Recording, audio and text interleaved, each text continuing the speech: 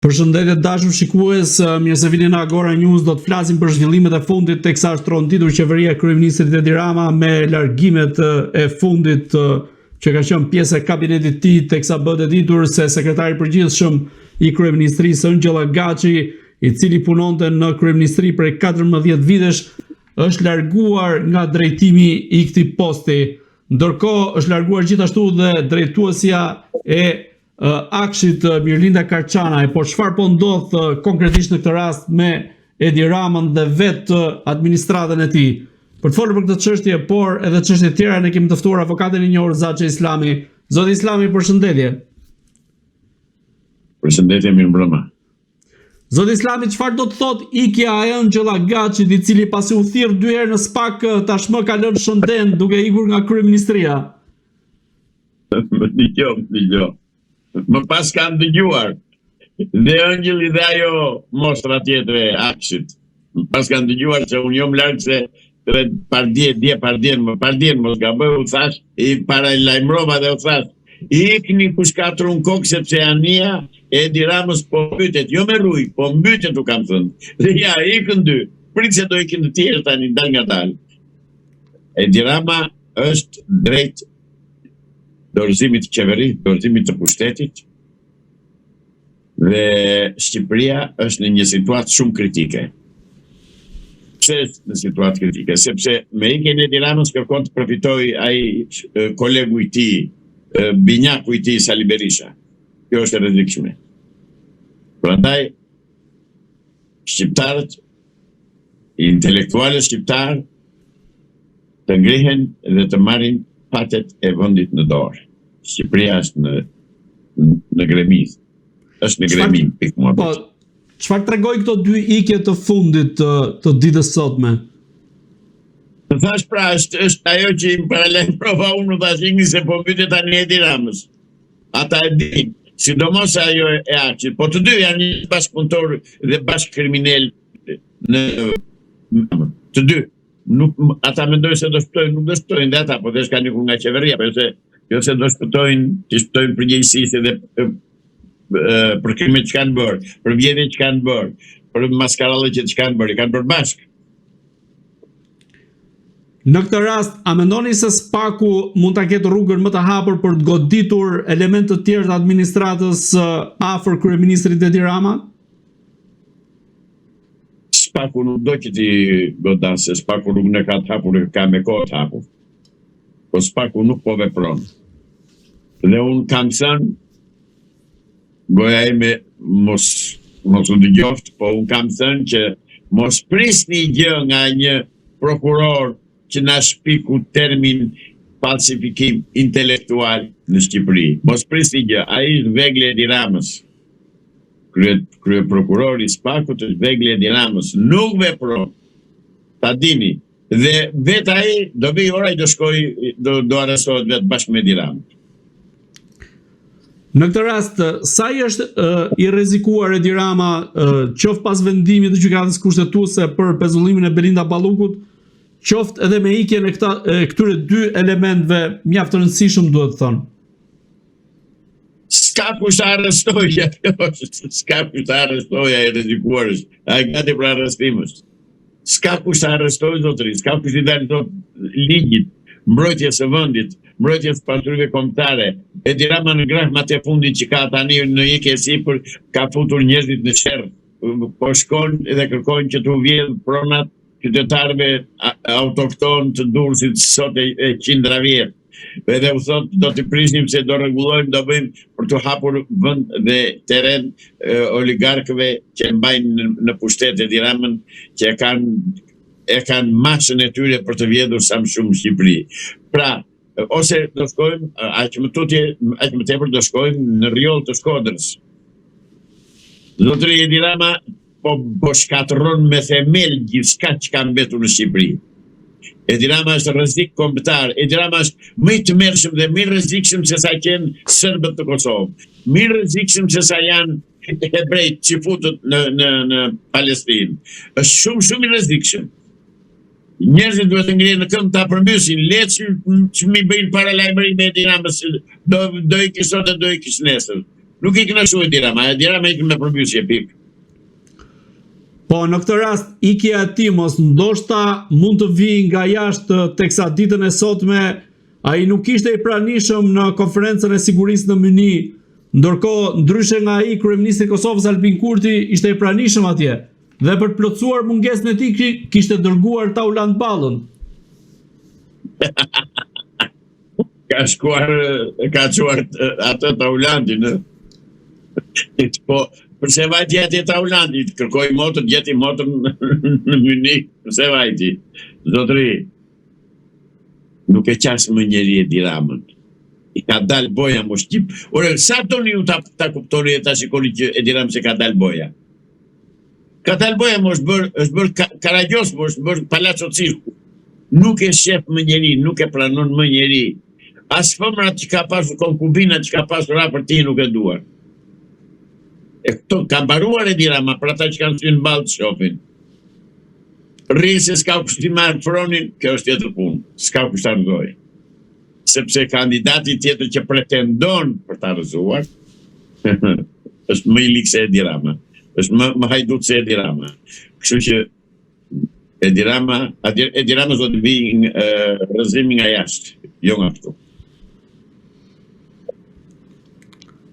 Në këtë rast, a është ky një sinjal sa i përket qoftë nga Gjermania kundrejt Edi Ramës, po qoftë edhe nga vendet e tjera aleate pra të Shqipërisë, të cilat i kanë dhënë një sinjal të fortë të kryeministit Edi Rama, duke qenë se ai mungoi, pra nuk ishte i pranishëm në Davos ku firmos bordi i paqes, por edhe sot ku duhet të ishte në konferencën e sigurisë në Myni, që është një nga konferencat më të rëndësishme, ai sërish mungoi.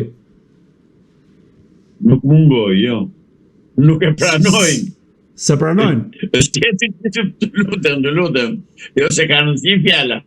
Është tjetër gjë që mungoj se ishte me grip, dhe tjetër gjë të thuash e kanë lënë në vend të qenit atje, se pranon njëri aste shtegu jashtë nuk e pranojnë, jo më të hyjat e brenda.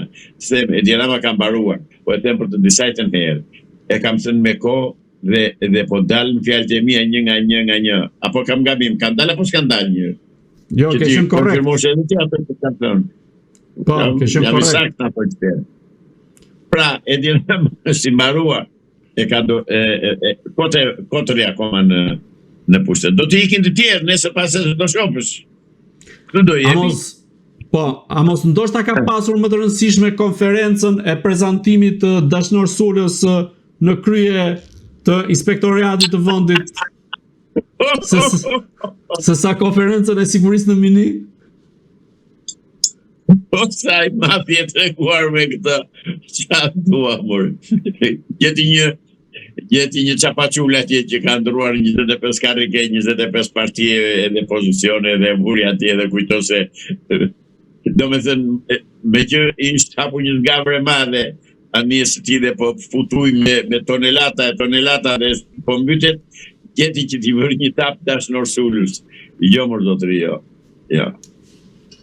Edi Rama ikën. Edi Rama si që shikoni del dhe talët me ata që ka rrethotur. Në kaca të mëndsur atje të partia që të ajo banda që a i drejtor se nuk është parti, të lëm shakat, ajo është një bandë kriminelës, një bandë hajdutës, që në bashkëpunim me bandët tjetër që quhet Parti Demokratike, jedhin, grabisin, e shkallmuan Shqipërinë, po i hanë dhe koskat Shqipërisë ata kriminelë. E kupton, legje po shatisin njëherë për ditë dhe po përzëm shqiptarët, po më ka lindur një shpresë e re. Dhe dua që prej këtu të përshëndes kolonel Dritan Demiraj, një burr shteti, ai është burr shteti, pa dhe tashaj kush të doj, ku t'i vjen tharët të pejuthu, Dritan Demiraj është burr shteti. Dhe se e kam ndjekur në për intervistat të ndryshme, ka qenë ministri, e pa se që lukuni banditis dhe hajdutës që qenë këta, dha dorëheqje Niku dhe ka vajtur Shtetet e Bashkuara të Amerikës. Dhe unë pres se Dritan Demiraj dhe intelektualë të tjerë shqiptarë, brenda dhe jashtë Shqipërisë, të qohemi dhe të marrim fatet e vendit në dorë. Do me thënë, o sot o kur, më keq s'ka ku vete më. Asnjë investim, shikoni investim që kundi? Jo. Asnjë ndërtim, asnjë hapje vend pune, absolutisht asnjë, vetëm ikni. Kanë marrë, kam qeshur dje, jo, vedin që qytetarë për të qeshur. Më thot, dje një miku im kështë e marrë një, miku tim kështë e marrë një filipineze për të punuar në shtëpi, familje. E mbajtë në 2 muaj, e vetë një gjë që dinte të bënte, ishte të pastronte xhamat dhe të pastronte tualetin.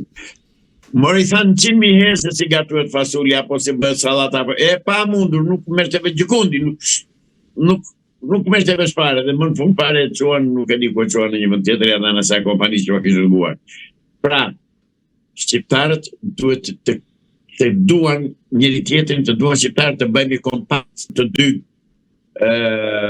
grupimet e mëdha të hajdutëve politik në Shqipëri, t'i lëmë njanë, t'i qojmë në koshin e plerave të historisë dhe t'i dalëm zot vëndit. T'i dalëm zot vëndit, po them prap shqiptarve, kush ka vesh të më dëgjoj, kush ka besim tek unë, që mendon se mund të jemi i nevojshëm, jam gati në çdo kohë, në çdo vend. Ja ka nevojë për burra. Zoti Islami, duke nisur nga mungesa në konferencën e Muniut të ditës sotme, a mendoni se më 19 shkurt Edi Rama do të jetë në Washington për të firmosur antarësimin në Bordin e Paqes, ashtu siç deklaroi në kuvend? Jo, ta ndërpres fjalën, prem zotit ligat, nuk do vej. Nuk e qas njeri. Të lutem, tani mos ma bëni këtë pyetje se pyetje retorike ka për një gjë brenda. Nuk vete Edi Rama atje zotri, nuk e ftojnë atje Edi Rama. Edi Ramën nuk e ftuan këtu ku ishte në Davos, do e ftojnë në Amerikë. Jo, zotri, jo. Edi Rama mund vetë në Amerikë. E shikoj pronat që ka atje, pronat e tjetë të vllajt, që ka blerë në New York, ku i ka blerë, po jo ta ftojnë zyrtarisht atje, harroj. Duke qenë sa i deklaroi në kuvend se nuk ishte në Davos dhe se do të shkoj vetë në shtëpinë e bardhë për ta firmosur marrëveshjen. Po ç'ke more djalë se djalë i ri, ç'ke që më ngron evrat tani para se të vetë të flo. Ç'borç kam. Dhe një të them, nuk e qas njeri Edi Ramën në Amerikë. Ai në kuvend mund të bëj çfarë të dojë, të tallet me Zengjinen atje. Të nxjerrë Zengjinen edhe del Zengjinea, oratore e madhe, edhe tallet dhe ofendon Sali Berishën.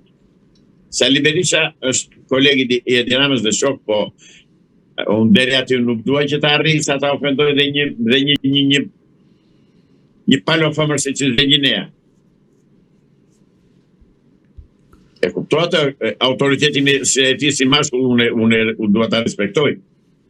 Se në fundit ka drejtuar shtetin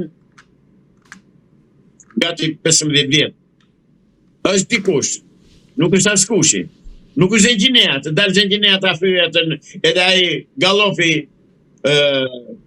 Pandi Pepambuku, që është kryetari i kuvendit, jep të drejtë Zengjineas.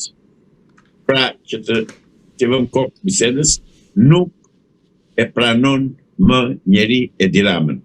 Unë bëj thirrje atyre burrave dhe grave të ndeshëm që janë me dy gishtat e dorës aty në atë grupim gangster, që të largohen urgentisht në Edi Rama, të krijojnë krizë politike, të largohet Edi Rama, largohet dhe ai tjetri dhe të marrën patet e Shqipërisë në dorë. Intelektual ka sa të duash, burra për të drejtuar shtetin ka sa të duash, burra me energji dhe timi në moshë të madhe ka sa të duash, që duam këtë vend dhe që sakrifikojmë për të vend në çdo orë dhe në çdo minutë të ditës, që dalëm vendit zot. Unë kam thënë se më thonë njerëzit pse nuk del të flasë. Ja po flas, po u drejtojmë shqiptarëve. Çoni të marrim fatet e vendit në dorë. Çfarë të them më? Zoti Islami, ambasada amerikane në një njoftim të saj ku shpjegon vizitën e zyrtarit të lartë amerikan në Shqipëri, pra konkretisht Mark Tevarkovskit, thekson në njoftimin e saj se duke shfaqur forcën e partneritetit në fushën e zbatimit të ligjit mes Shteteve të Bashkuara të Amerikës dhe Shqipërisë, dhe luftën e palodhur të administratës Trump kundër krimit të organizuar ndërkombëtar dhe trafikut të narkotikëve, drejtori i zyrës për Europën dhe Azinë i Byros së çështjeve ndërkombëtare të narkotikëve dhe zbatimit të ligjit të Departamentit të Shtetit, Mark Tevarkovski, u takua me përfaqësues të zbatimit të ligjit, drejtësisë, shoqërisë civile dhe misioneve ndërkombëtare në Shqipëri. Shtetet e Bashkuara janë të përqendruar në ofrimin aftësive, mjeteve dhe bashkëpunimit në Shqipëri dhe në rang global për partnerët që ndajnë angazhimin ton për të luftuar kriminalët që dëmtojnë qytetarët e vendeve tona, kërcënojnë kufijt tanë dhe cënojnë sigurinë tonë kombëtare. Çfarë do të thotë ky mesazh sipas jush? Atë mesazhin e pas ka marrë me njëra Gaçi dhe ajo Sonja e Akçit dhe ikën ata. E morën vesh ata mesazhin. Që kanë qik të mënçus, që kanë fare zbatur në të katra. Pra ai mesazhi i thonë Edi Ramës qoron nga pushteti.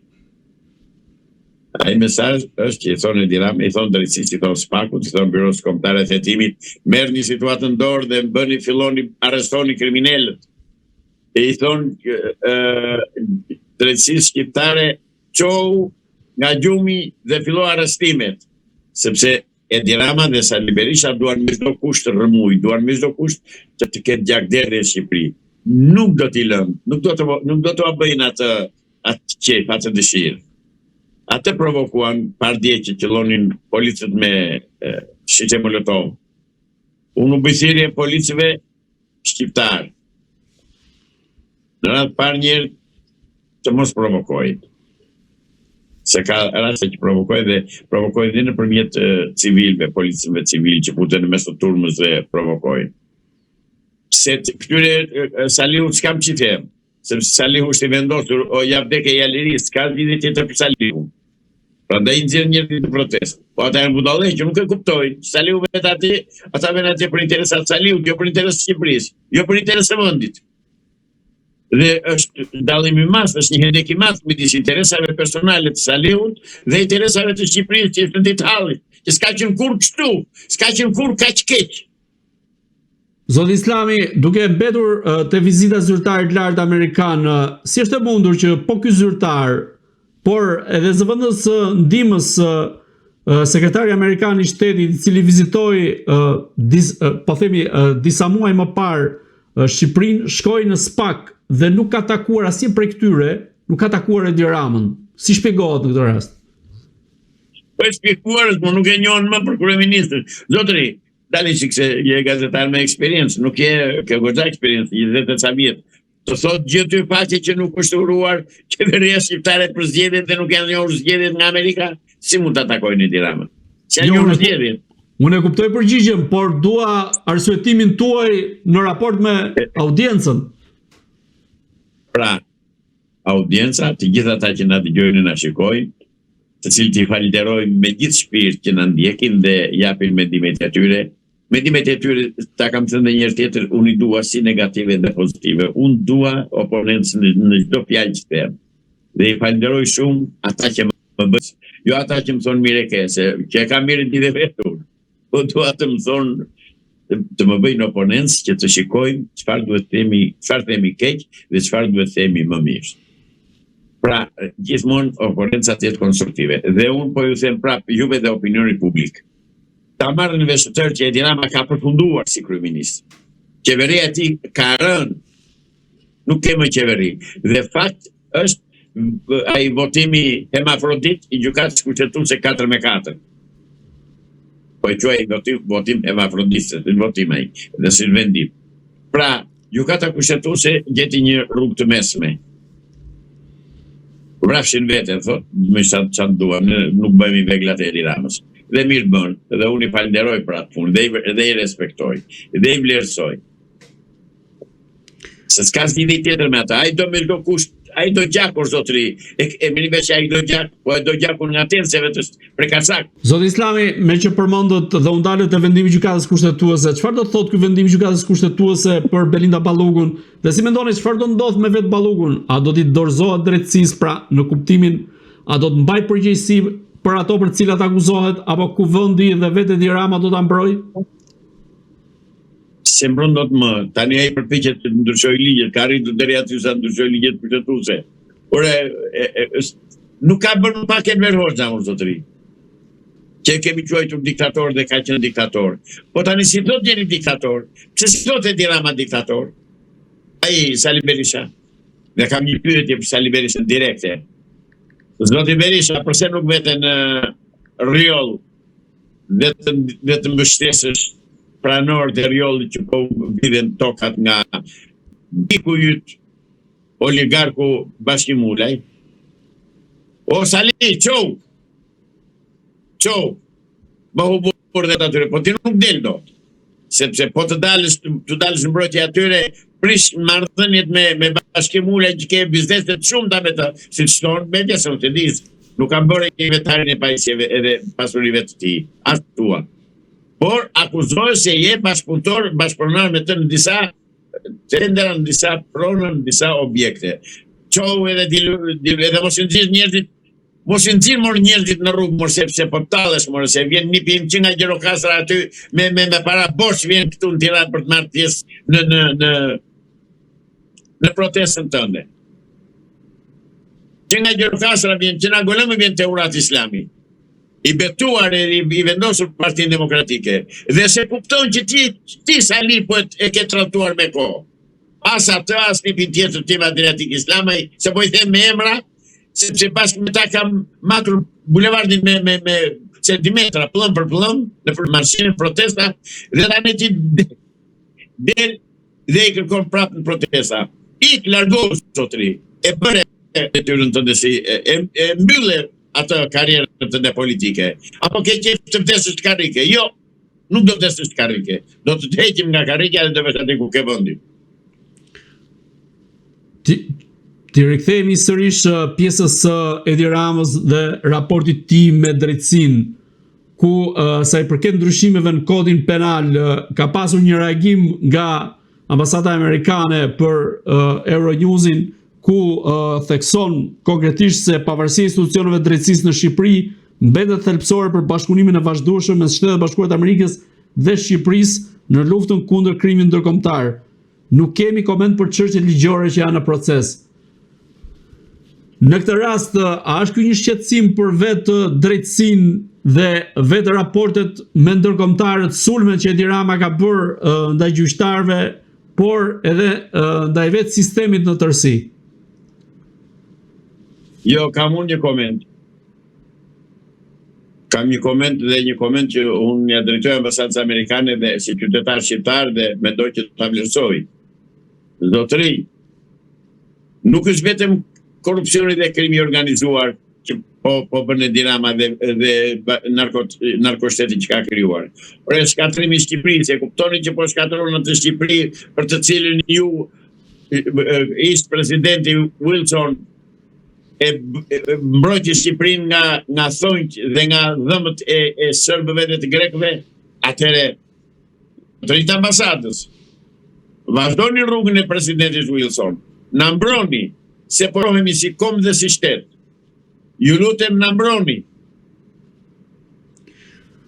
Nuk i narkotikët ata që po e shkatrojnë Shqipërinë, ka shpopullimi i saj. Zoti Islami, si mendoni çfarë do të ndodh me Belinda Ballugun? A do ta lejoj kuvendi Spakun që t'i hap rrugë arrestimit të saj? Kuvendi nuk do ta lejoj.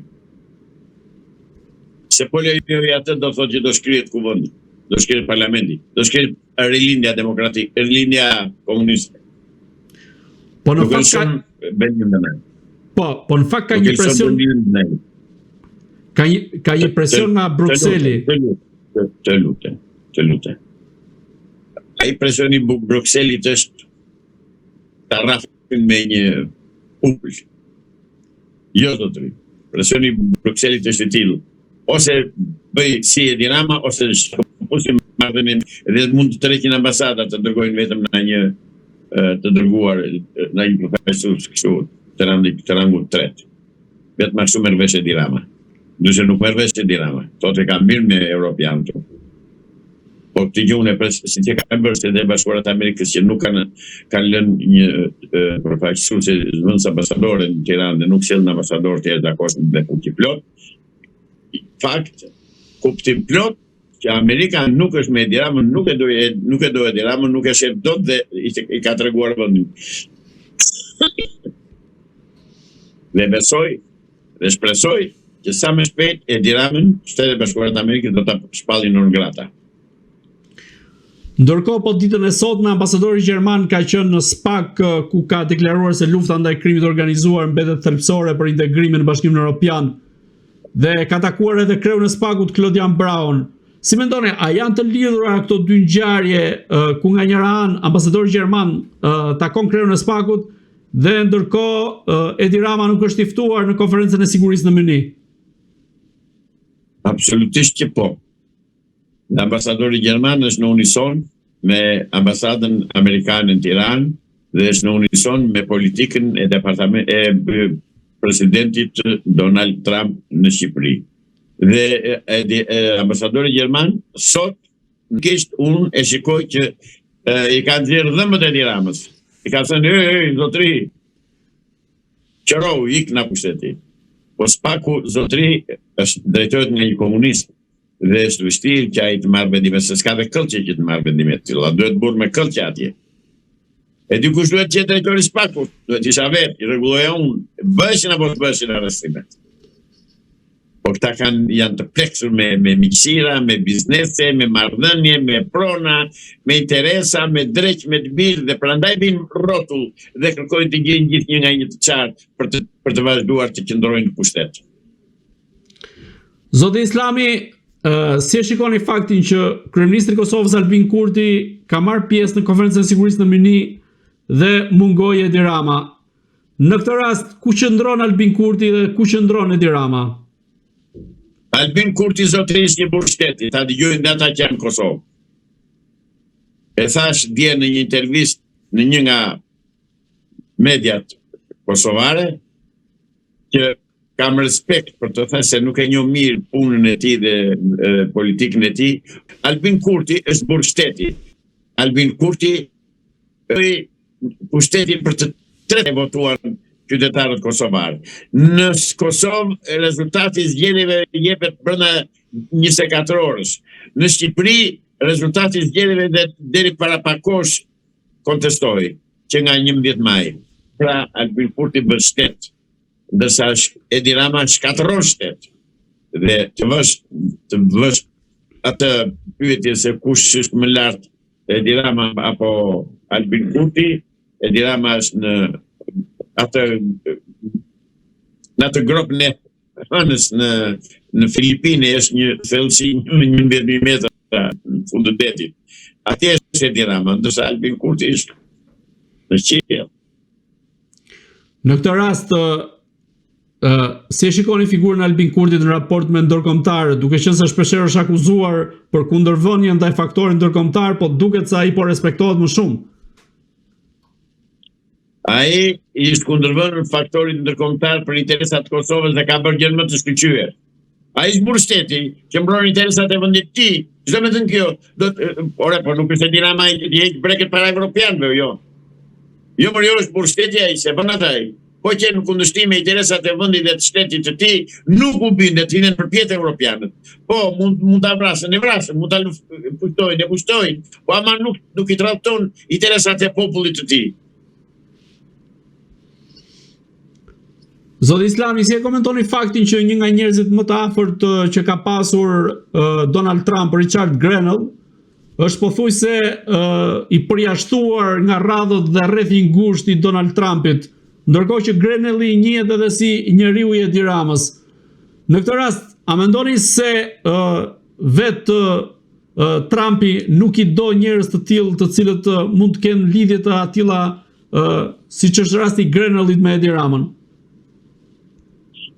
Shiko, presidenti Amerikan ka informacione pafund nga struktura të specializuara, besnike, të devotshme dhe të besueshme, dhe përpasoj informacionet që ka dhe vendimet që merr në bazë të informacioneve që ka.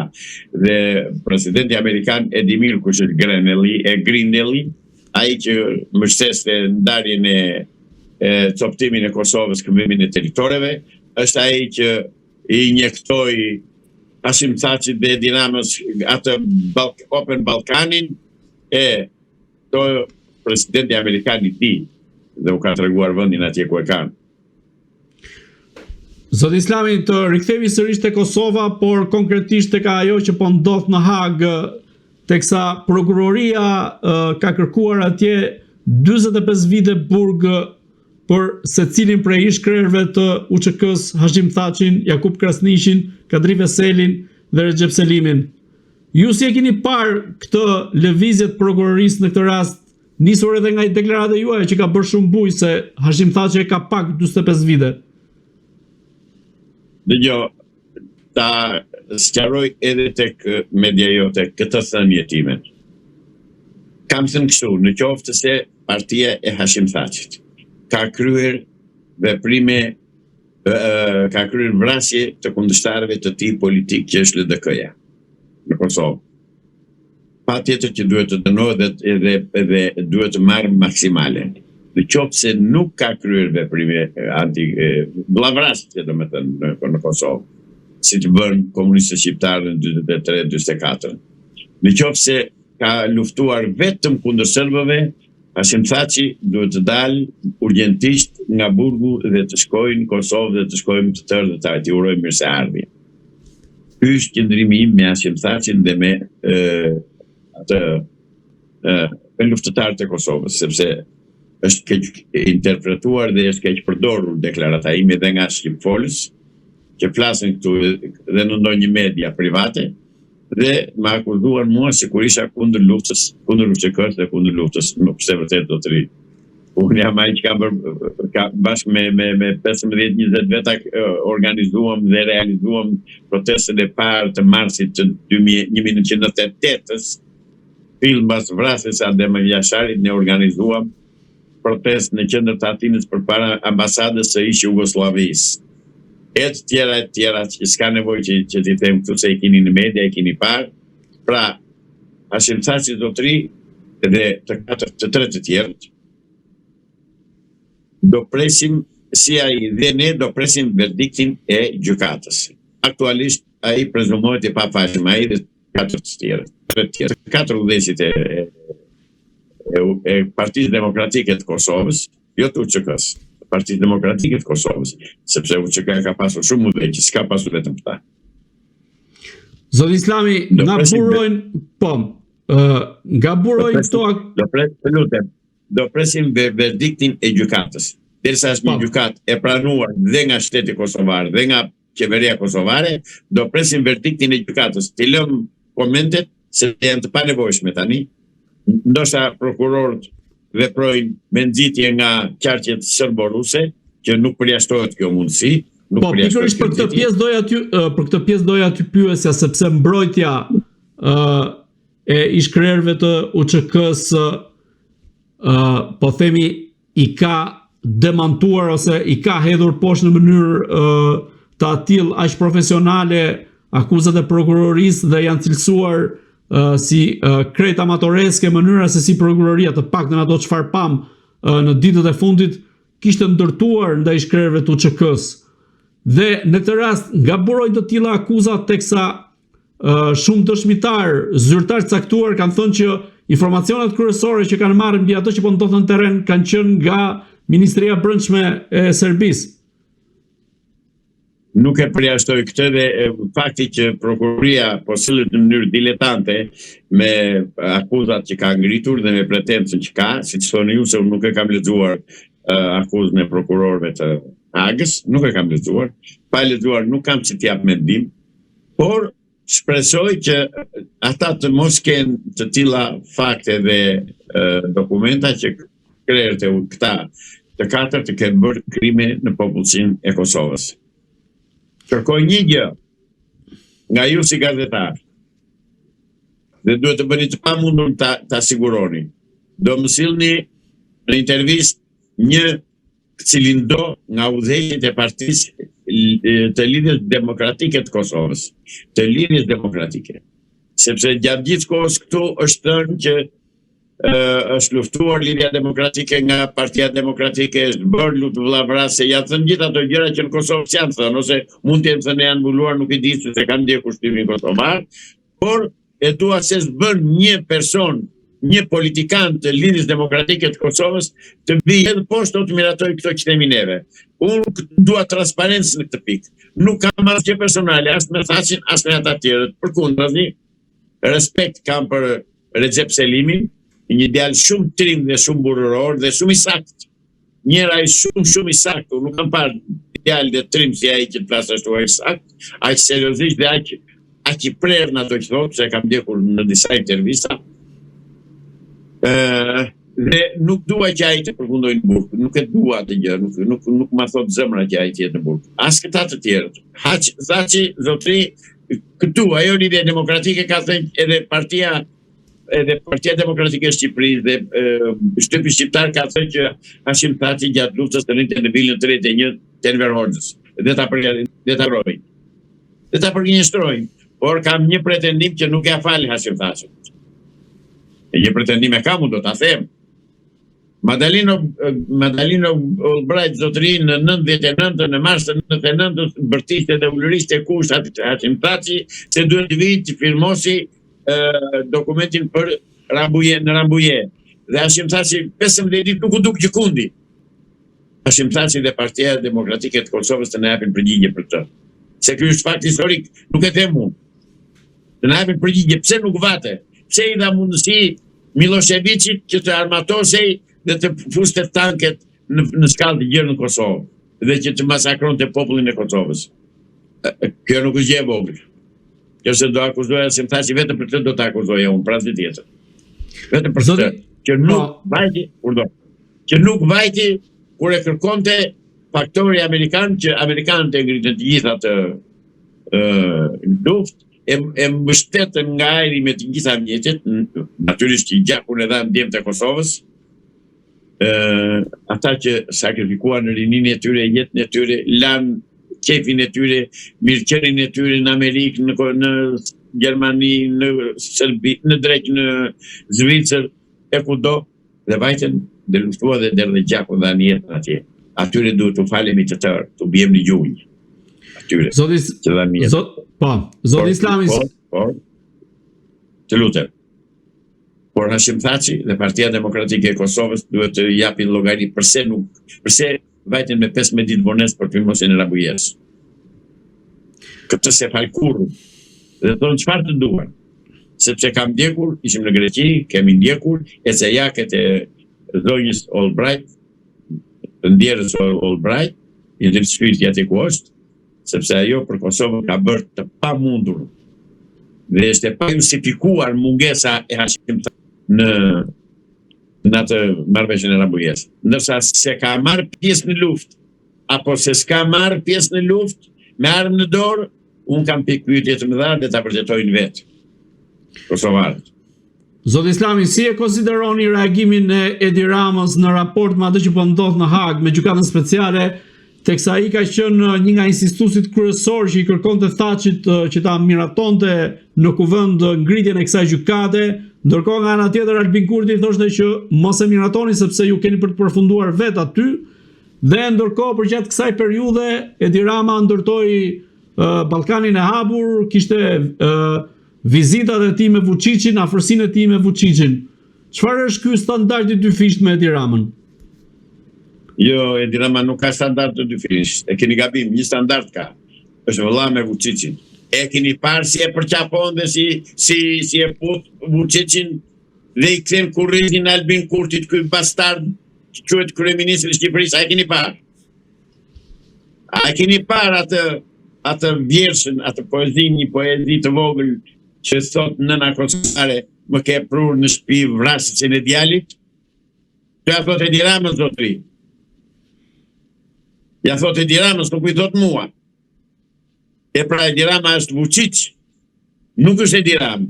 Edi Rama është sërb, është qifut, është drejt me të biri, vetëm shqiptar nuk është. Zoti Islami, më 17 shkurt do të mbahet protest në Kosovë, ku përkohë një herësh edhe me përvjetorin e pavarësisë së Kosovës, por protesta vjen në mbrojtje të ish-krerëve të UÇK-s dhe në thirrje për lirimin e tyre. Ju si e shikoni këtë protestë, sa efekt do të ketë ajo në raport me atë që po ndodh në Hag? Nuk e di. 17 shkurt ishte shpallja e pavarësisë së Kosovës, që është njohur në 100 ca shtete deri tani, dhe unë jam i gëzuar dhe i kënaqur për këtë punë, ndërsa lidhur me vendimin e drejtësisë e gjykatës Hagës, unë si avokat, si jurist, pres verdiktin e gjykatës. Protesta që do bëjnë në Kosovë nuk mund ta gjynjëzoj dhe ta urdhëroj gjykatën, se ndryshe pastaj do kishte më gjykatës, do kishte më drejtësi, do përfitonte dhe do bënte të drejtën, do ishte drejtësia që është më i forti. Pra nuk kemi në këto kushte dhe Evropa nuk funksionon kështu dhe gjykata e Hagës nuk funksionon kështu. Ata dhe të protestojnë, të dalin, të festojnë për vjetorin e pavarësisë, të gëzojnë për sheku i pavarësinë, të bashkojnë urgjentisht me shtetin shqiptar, me kombin e tërë, të heqin atë paçaure që kanë flamur dhe të bëjnë flamurin kombëtar shqiptar, ta heqin atë, ta qërojnë atë pislok që mbajnë në për zyra, se s'është flamur shqiptar ai është flamur serbo-grek, ato ngjyra ka. Këtë kërkoju nga faktori politik në Kosovë. Zoti Islami, unë ju falenderoj për gjitha mendimet dhe analizën këtu në Agora News. Edhe unë ju falenderoj për ftesën, ndoshta nuk i kënaq ato nuk ju kënaq me përgjigjet që jap dhe me qëndrimin që mbaj, po unë kështu jam, ky jam. Të dashur shikues, bashkë do shihemi në intervista të tjera, por mos harroni të bëni subscribe në kanalin tonë në YouTube.